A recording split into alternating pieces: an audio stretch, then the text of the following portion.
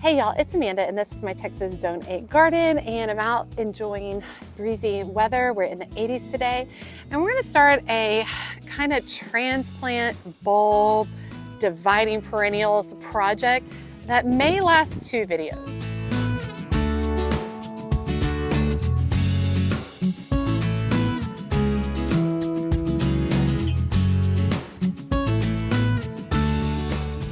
Okay, so we are on the side garden. This direction is west. So after about noon, this gets full sun all day. And this area has kind of been a real transformation over the years. This side garden was my COVID project that I created as my therapy when we were all quarantined. And I really enjoyed it, and it's really evolved over the years. And so over here in this front section, I've kind of really struggled. I typically put annuals and then I put dianthus, and I've just had a lot of issues with it. This year I decided I'm going to take a new approach to it, a little bit more of a permanent approach. And besides adding some daffodil bulbs, all the work I'm going to do is just repurposing plants that I already have in my garden. Now, transplanting and dividing perennials, I think, is a great way to build your garden without additional cost. And so basically, let's go ahead and start with getting this area cleaned up, and then I'm going to show you what we're going to move over here. Okay, so this little area has a lot of weeds, there's a lot of grass, there's a lot of stuff going on in here. It used to have dianthus, and that's actually what this plant is over here, which I'm going to lift out.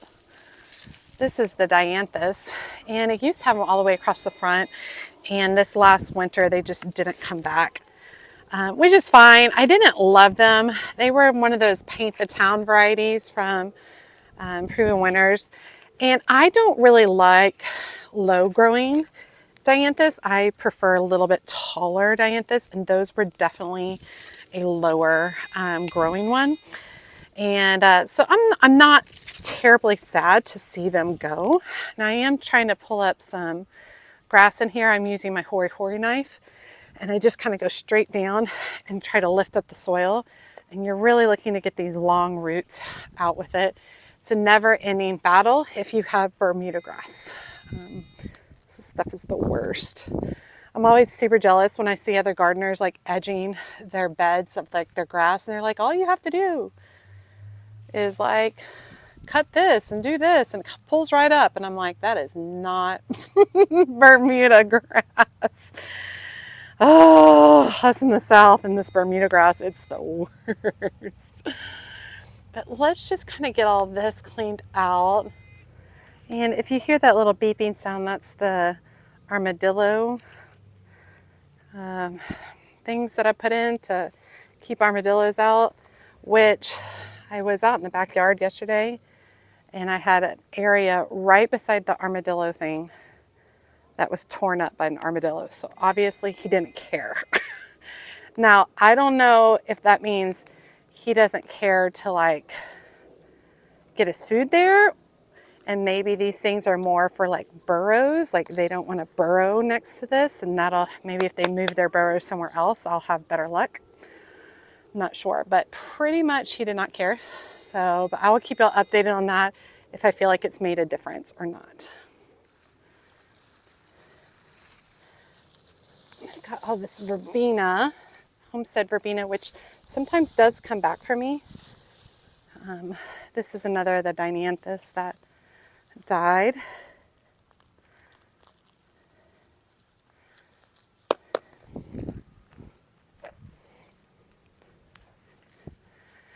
All right, I'm just kind of coming in with my hoary knife and doing some general loosening up.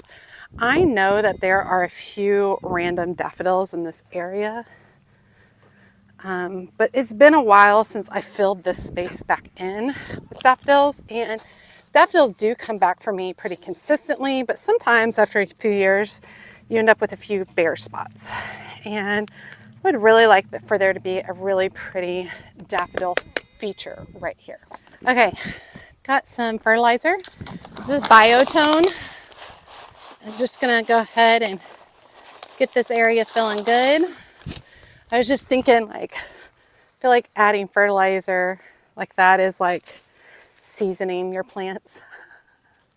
What if instead of fertilizing, we called it seasoning? That'd be so funny. All right, and then the daffodils that I have here are called Dutch Master, and they are long-filled garden bulbs that I got from Costco. And I think we're gonna put a whole bunch in here. I'm not gonna hold back on these. So I think I have like a full bag, which is 25, and a half a bag, which would be like 12 to 13. And I would love this big, beautiful display. These are about 18 inches tall. They're planted about 6 inches deep. And I'm just gonna start by really just kind of spreading them all out here. I find planting bulbs a little tedious. This is the first time in a while that I don't think I've bit off more than I can chew on my planting the bulbs, which is extremely helpful for my back and my budget.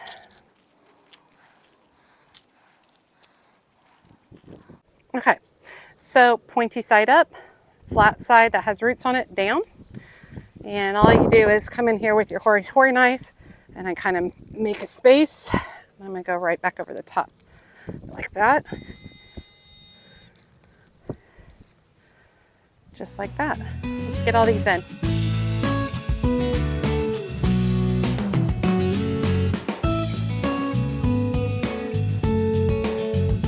All right, doesn't look like much of anything, but come spring there should be about 40 18-inch bright yellow daffodils here. Should be great. I do have some sedum back behind it, and this right here is my Windwalker red salvia. It's looking nice. Okay, so let me show you next. Over here, I have a whole bunch of yarrow that gets way too much shade. Doesn't really do anything. So I think what I'm gonna do, I'm gonna dig it up. I'm gonna transplant it right on top of those daffodil bulbs. I've been trying to figure out what to do with this space for a really long time and not really knowing what I wanted. But I think that this is a good opportunity to take care of this and repurpose these yarrow somewhere else. Okay, and I've never transplanted yarrow before. What I'm pulling right here is Virginia creeper, not poison ivy, just so y'all don't get scared. I've never transplanted yarrow before, but it's my understanding that you can transplant it early spring after the chance of frost has passed or the last freeze has passed, or you can do it in the fall. Obviously, I'm choosing the fall. This area has been very underutilized. I've got a lot of drip lines going through here, so I'm not really sure how hard this is going to be digging these out. I don't really think I can get in here with my root slayer because of the tree above me. So let's see how hard it is to get some of these out.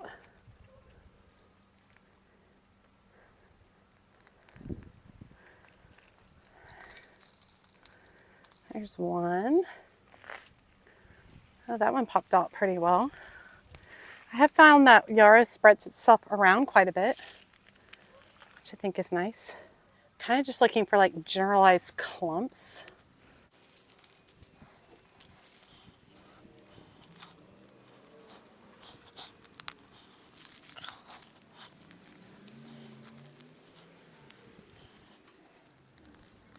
Now, a couple of things about yarrow. It doesn't like tons of water. It doesn't like really fertile soil. So I was tempted in that area to go back and add in some compost, and I stopped myself knowing that the yarrow doesn't really like that. All right, let's get back in here some more. I'm just kind of pulling out some clumps like that. There's a lot of roots back here from the smoke tree above me. I'm kind of battling those too. I'm actually glad I don't have my root slayer over here because I don't want to cut through the roots of the smoke tree. It's not worth sacrificing the smoke tree for yarrow.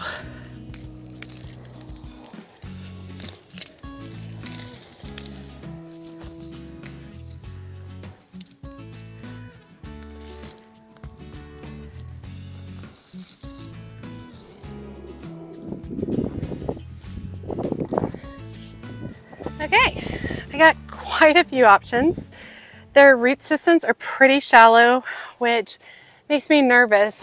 I hope they transplant okay. I was gonna get rid of them anyway. So it is what it is, right? So I didn't want them in that location. This gives me an opportunity to repurpose them, but we'll have to see how they do here. So basically they have the shallow root system, so I'm just kind of taking a clump and digging a shallow space. Ooh, hopefully not digging up my daffodil bulbs. Getting it settled in just like that, and we're gonna water these in really, really well.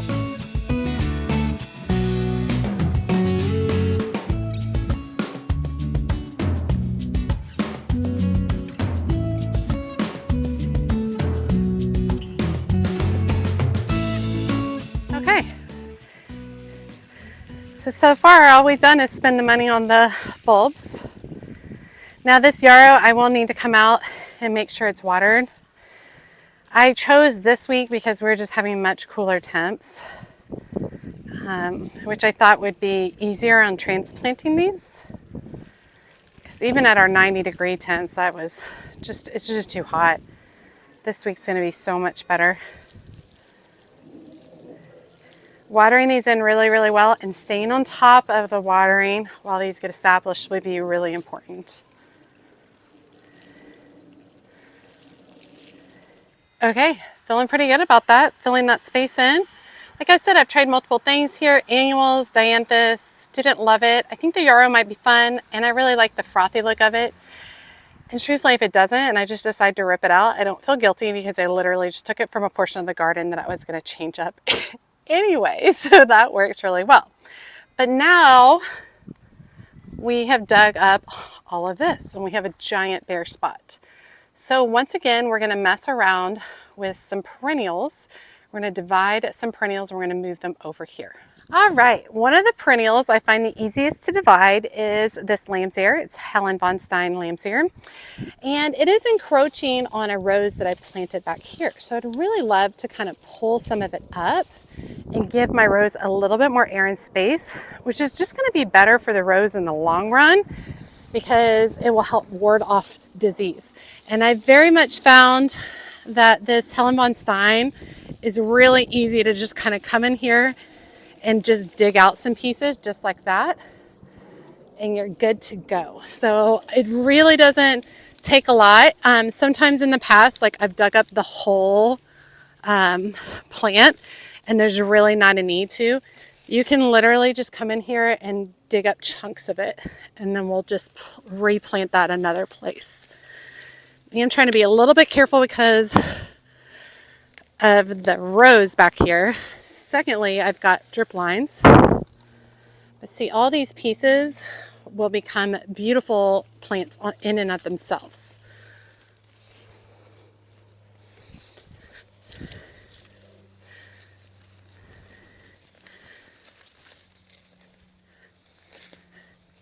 I'm literally just popping this out of the ground. Here comes a bigger chunk.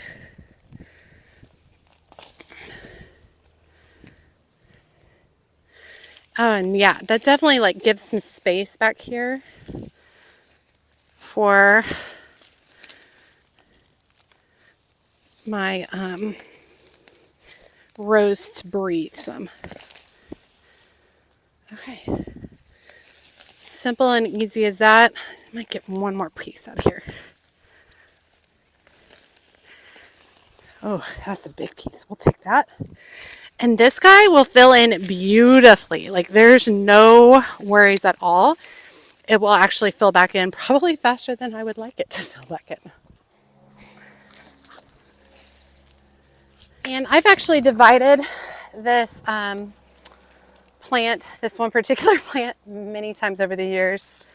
I went from like one original plant, I think I have 6 throughout the garden now, which is really great. So if you definitely want something that you can reuse and repurpose over the years, going with some lamb's ear would work out really, really well.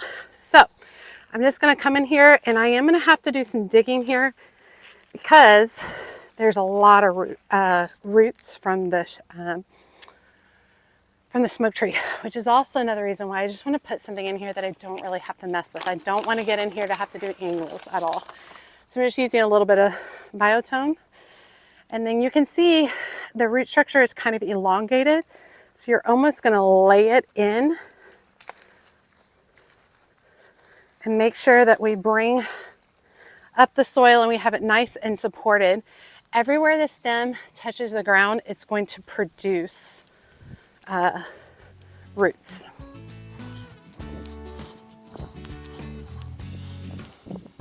I'm really hoping this will help camouflage some of the grass that I've grown in here too. I'm just going to kind of lay that root in. I'm going to do one way, one another way. And don't get me wrong, these aren't going to look great to start off with. And they usually die back some, not all the way, but quite a bit during the winter. Look at that piece. They'll die back some during the winter. But they should come back with a vengeance in the spring.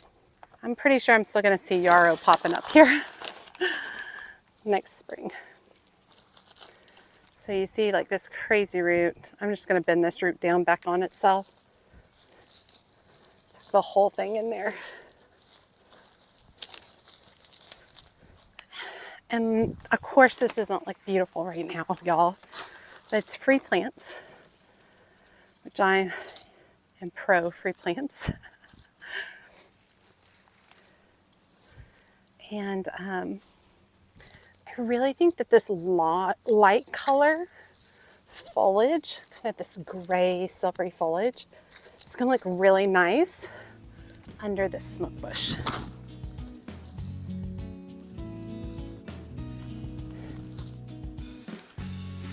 All right, and we want to water these in really well, and we need to keep up with them just like we are with the yarrow. We don't really want them to dry out while they're trying to root in. But you can already see it doesn't even look that pretty yet, but this color is going to be fabulous over here.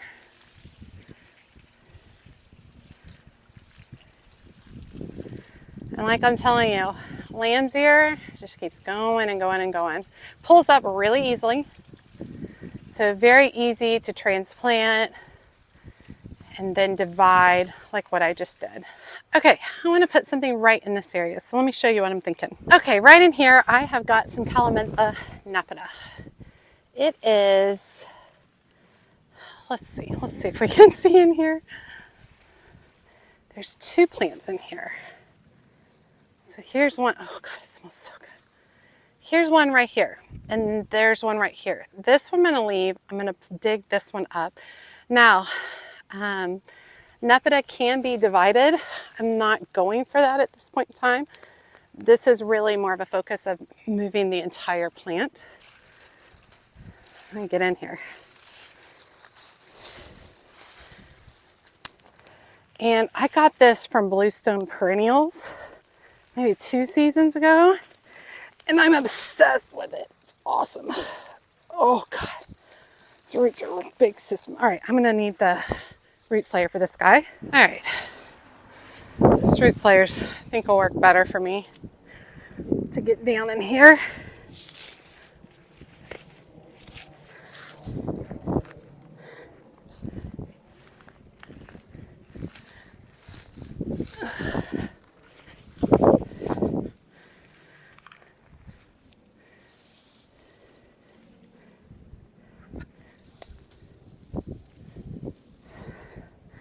I'm really trying to pay attention to my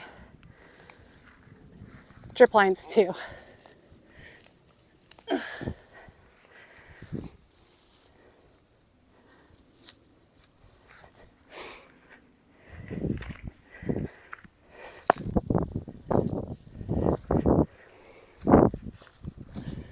I get this out?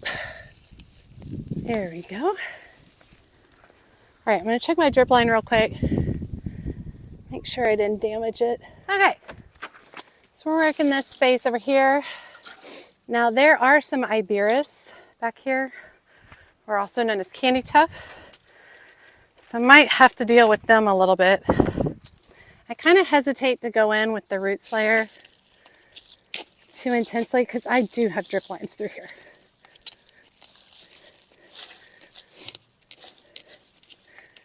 Oh yeah, there's definitely some roots down here that are...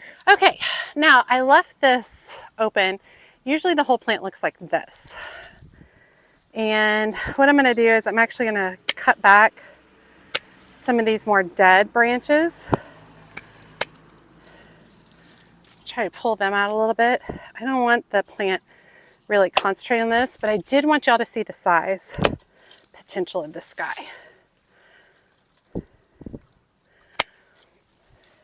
Because I think it'll fill in the space really nicely.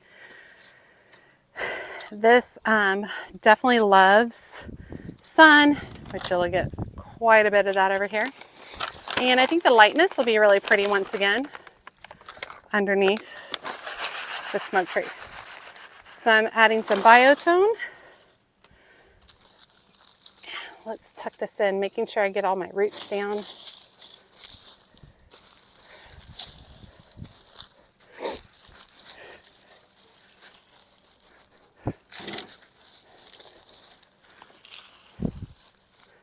Kind of feel like I need to get a little deeper. I think I got too much mulch. But I'm running into massive roots down here as well.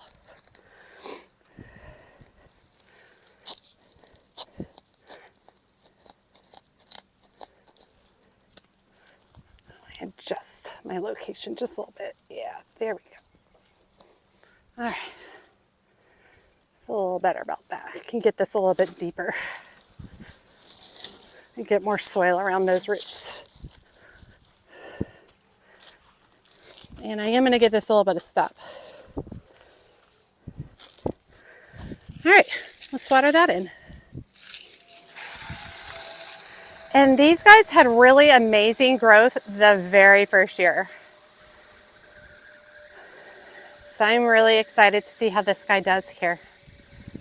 It'll be really, really pretty. Okay, doesn't look like much.